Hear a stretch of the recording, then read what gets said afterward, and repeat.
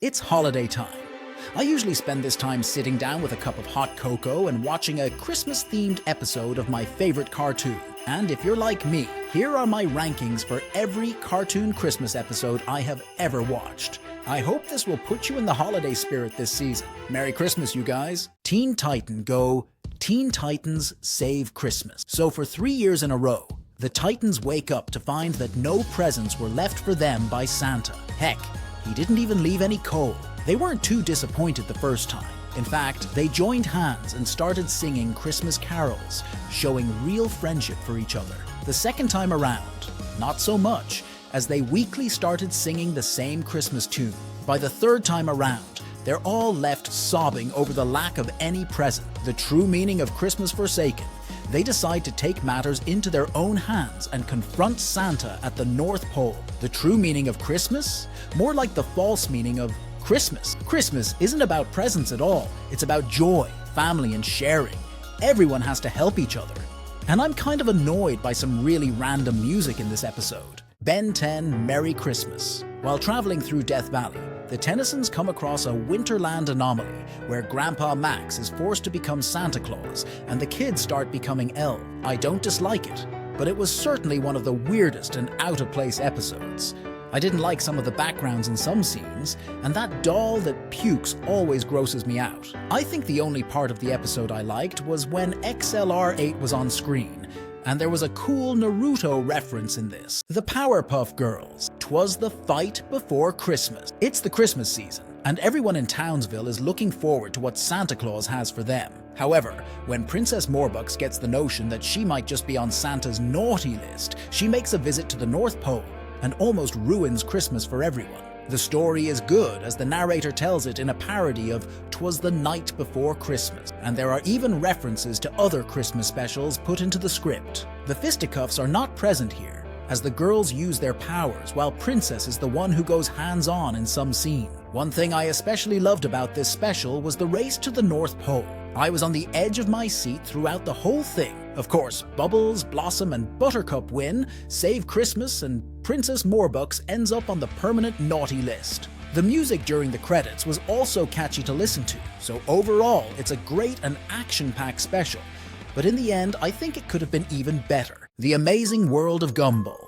Christmas. A homeless man believed to be Santa Claus gets accidentally run over by the Wattersons during a visit to Elmore. So it is up to them to save Christmas. Don't get me wrong, this is far from a bad episode. It's quite good, but it didn't captivate me in the same way most Christmas specials can. I can't quite put my finger on it, but something about it feels off to me. Christmas is something that I feel I need to appreciate as a whole, rather than looking at all the individual moments as I've been doing so far. Also, it's something that I maybe shouldn't be watching in the middle of the summer, but whatever. I liked it, and was glad that Richard wasn't super annoying here. The show seems to be settling down. Nicole's story and payoff of her experience with Santa are exceptionally touching. It ends on a warm, heartfelt note with one last final joke for the credits to roll in on. It just basks in the moment as opposed to trying to land that last-minute joke, and I appreciate. We Bear. Christmas parties. Grizz, Panda, and Ice Bear receive invitations to 4 different Christmas parties on Christmas Eve. The one they really want to attend is the swanky party held by Nom Nom, but they feel obligated to visit the other parties as well to not be rude to their other friends. They decide to visit each party, but set an alarm to indicate when they have to leave to still make Nom Nom's party. In their rush to enjoy the lavish Christmas party with fancy gifts and entertainment, they ruin the holiday for their other friend. The ruination comes to a head when they visit Chloe's party. I don't know what it was, but I almost felt like tearing up when her party was ruined. Maybe it's because she's a kid, or maybe it's because she and her family put so much work into the party, but it kinda got to me. The Bears, of course, make it up to each of their friends, especially Chloe, and Christmas is saved. It was pretty sweet and made for a nice Christmas special. I sure wish that this episode would have been longer. Then the Bears could have hung out with their real friend, and we could see more interactions between them and the Bears on a holiday. Invader Zim, the most horrible Xmas ever. 2 million years in the future, a robot snowman tells a group of children the story of the most horrible Xmas ever, starring our very own Zim and Dib. Zim, having just discovered Christmas and Santa Claus, decides to use Santa's influence to enslave the humans of Earth. It's up to Dib to stop him and save Christmas. This is a great episode and a fantastic holiday special. I had several moments where I was legitimately laughing out loud, and both Zim and Dib had some fantastic moments and lines.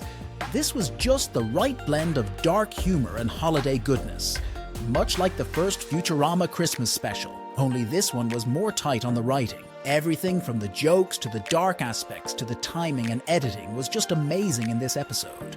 If there were some weak aspects of the episode, it would be that I didn't care for the song, and the plotline with Gaz was really lazy and predictable. Other than that, it was a fantastic episode that I'd gladly add to my must-watch every year list. Justice League. Comfort and joy. This is the exact definition of the episode, comfort and joy. Not much fighting or war compared to the other episodes, just nice and cozy. Flash successfully convincing Ultra Humanite to help the orphans was a fantastic showcase of his sincerity. Martian Manhunter experiencing Christmas for the first time was a great milestone in his journey to adjust to Earth and humanity. Green Lantern and Hawkgirl's bar fight was a suitably unorthodox celebration of Christmas to contrast with the other subplots. Of course, there were some dark and sad moments in it. In fact, this episode is almost perfect because of these two. Seeing John Johns like that was just sad.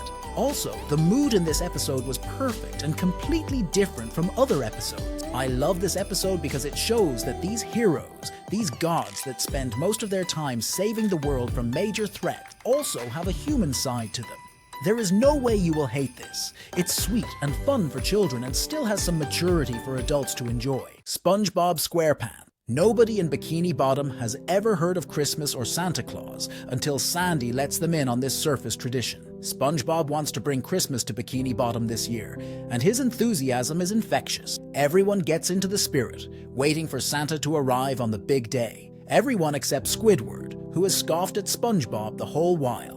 When Santa is a no-show on Christmas morning, everyone blames SpongeBob for getting their hopes up. But in a surprise ending, Squidward uncharacteristically saves the day, and Christmas ends up coming after all. The reason why I think this is a great special is because it is funny, like with the Bikini Bottomites preparing for the holidays, and when a donkey appears when Squidward was mocking SpongeBob. Also, it has a great song showing how the Bikini Bottomites are preparing for the holiday. Lastly, this special is also heartwarming. Even after Squidward mocks SpongeBob about believing in Christmas and Santa Claus, SpongeBob still gives him a present, a clarinet. Squidward feels bad about himself, and he decides to become Santa Claus, which was great development for Squidward.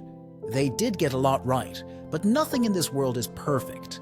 If I could change one thing about this special, it would be that I'd give Patchy the Pirate more screen time. Even if you disagree with me about this being the absolute peak of the show, it's still an episode I highly recommend watching every holiday season. In fact, it's so good I think it's worth watching any time of year. Steven Universe, 3 gems and a baby. As the snow falls down on Beach City, Greg hangs out with Steven and the Crystal Gem as they wait for some water to boil for tea.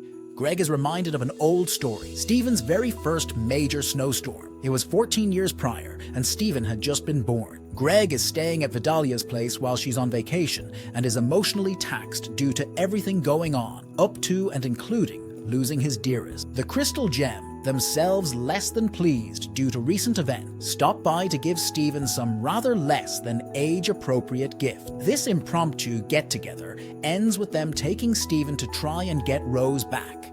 I really love that the focus of this episode is that each of the gems and Greg had a natural misconception of who Steven was that they projected onto him based on their own background. In the end, they realize their mistakes. Steven is something unprecedented, and they will have to band together, adapt, and draw on their shared human and gem experience to raise him properly. Plus, we get a lot of great physical comedy from little baby Steven, and we briefly see Ruby and Sapphire again. All in all, a solid episode, exactly what you'd expect from Steven Universe. Regular show. The Christmas Special. Regular Show is an awesome cartoon with fun plots, great action scenes, and likable, relatable characters. This Christmas special is no exception. It's about Mordecai, Rigby, Benson, Skips, Muscleman, and High Five Ghost having to destroy a gift that brings your darkest desires for Santa from the clutches of an evil elf who wants to destroy Christmas. The action scenes in this episode are awesome. From the fight scene between Santa and Quentin, the evil elf, at the start, to Mordecai versus Quentin, where the gift and the elf were both destroyed. The plot of this episode is to save Christmas, but in an epic adventure way, or in regular show style, like the gift box bringing out the worst in people. The characters in this episode are great, like the main characters, except for Thomas. Just like in the rest of the show, unlike other versions of Santa, this Santa is a muscular badass who kicks butt. Sorry, couldn't resist. The elf Quentin was a great villain, and Gene, the park ranger, was likable for being willing to help the gang save Christmas. This was a great special, just like every other regular show episode. Anything but regular. Phineas and Ferb, Christmas Vacation. During Christmas Vacation, Phineas and Ferb's quest to show gratitude to Santa may be doomed for failure when Dr. Doofenshmirtz uses an invention that puts the entire town of Danville on Santa's naughty list. Phineas and Ferb Christmas Vacation is wonderful in every way. It is very well animated once again, vibrantly colored, and the backgrounds have lovely attention to detail. The music is dynamic, with the action, and the theme song is insanely catchy with very clever and quotable lyrics that anybody still in school fishing for how to spend their vacation will relate to. There are also some great songs here, especially I Really Don't Hate Christmas and Where Did We Go Wrong? The writing is still a winner here. It is very intelligent and mature while also having more than enough for younger audiences. Scenes are very affectionate, entertaining, and sweetly done. It contains some hilarious dialogue, particularly for Doofenshmirtz, while the more dramatic elements never get too sweet or sentimental. The story is lively in pace, and also very charming and heartwarming. The entertainment value is constant. The spirit of Christmas is nostalgically done. The character writing, especially Doofenshmirtz, and interaction, especially Perry and Doofenshmirtz, are spot on. I actually had no problem with Candace having different motivations here. The voice acting is without issue. Honestly, this might be one of my favorite holiday specials, like, ever. And it is because of my nostalgic bias, but still, it's pretty great. Adventure Time. Holly Jolly's Secret. One of the few multiple episodes of the series and probably one of the most iconic, this Christmas episode also serves to introduce us to the origin story of the Ice King, a character about whom, until now, we had no more than a couple of details. Before I saw the second part of Holly Jolly Secrets, the Christmas special from Adventure Time, I always considered the Ice King to be a funny and likable character, despite him being one of the villains in this series. However, the revelation from this episode showed that he is probably a much more complex character than I thought, and certainly all the funny moments involving him from past and future episodes would be seen in a different manner. I have to say that I never expected the Ice King to be such a tragic character, even when some previous episodes have moments with a darker subtext, particularly concerning the past of the world in which the series takes place. This revelation came as something completely unexpected, and the tape that shows the Ice King's past and previous identity could easily be considered one of the saddest moments of the series, along with the episode I Remember. The ending of this episode was nice, softening all the implied darkness and tragedy with humor and a cute final scene. Holly Jolly Secrets is another great episode of the series. Its doubled length allows for the episode to take its time more than the average episode, giving the story a more relaxed pace. The jokes are hilarious, and the voice acting on all parts is just as good. The ending remains one of my all-time favorite moments in the series, and a great example of good drama in a series that is normally filled with laughs. It's certainly a great way to spend about 22 minutes of your time this holiday season. Arnolds Christmas. When Arnold receives Mr. Hyun's name in the boarding house's annual Secret Santa draw, he decides to make it the most special Christmas ever for the lonely boarder and tries to reunite Mr. Hyun with his long-lost daughter. Meanwhile, Helga agonizes over what would make the perfect present for Arnold. In this special episode, Mr. Hyun's backstory turns out to be one of the saddest ones. I honestly think that most modern cartoons won't even dare to make a reference to the Vietnam War and deal with the way military conflicts tear families apart. I'm sure some overprotective parents will find such kinds of themes to be way too intense for their kids. But personally, I think that it is very important for children to learn that not everything in life is sunshine and lollipops. Plus, this episode has a very good message of generosity and selflessness, which is more than an appropriate message for Christmas, instead of the banality and materialism often promoted in several holiday movies from recent years. The ending was quite sweet and heartwarming, and it is definitely one of my favorite scenes in the entire series. This is one of my absolute favorite Christmas specials. Hey Arnold was such a great kids show. It was for kids, but never felt childish or condescending.